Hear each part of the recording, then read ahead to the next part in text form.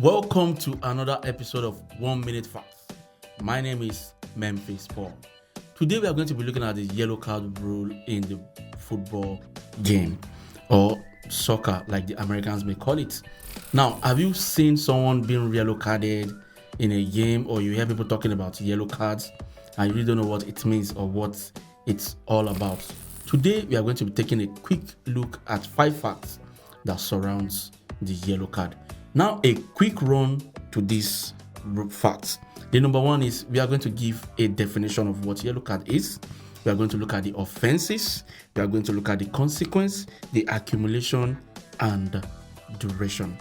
So, follow me and let's run the roller coaster together. Now, the yellow card in football game is a caution given to a player for a minor infringement of the rules. It serves as a warning. That is the key word. It serves as a warning, and the player is allowed to continue playing. In some other games or sports where a yellow card is issued, it is expected that the player will go out of the game for about 2 or 5 minutes. But in football or soccer, like Americans may call it, it is just a warning, and the player will always continue, or in most cases, complete the game. Secondly, let's look at the offenses that requires a warning or a yellow card. Number one is unsportsmanlike behavior. Unsportsmanlike behavior. When a player doesn't behave sportsmanly, let's say for example, a slap, a ruffling, a violent act, or an abuse towards other players, this may lead to a yellow card issuing. The dissent of a player, the persistent infringement. You see, in a football game, it has happened many a times. When a player had a first foul in a game, the referee will just give a caution without a card and warn, this is your first time of doing this. Probably when you do this again, I will not have a choice but to give you a yellow card. So a constant infringement by a singular player on the pitch may bring about a yellow card. Delaying the game. This is something Arsenal fans may be familiar with, because in recent times they have been a victim of these offenses. Probably they said they delayed the game, or some of them may argue that it is not game delaying, it is just an instinct of action that led to what happened. But who am I to say it is otherwise? And also there is simulation. If you remember when we talked about the penalty rule in football, we talked about simulation, where a player pretends to be fouled in the 18-yard box. In this case, if the referee gets to know that it is simulation, the player may be given a yellow card.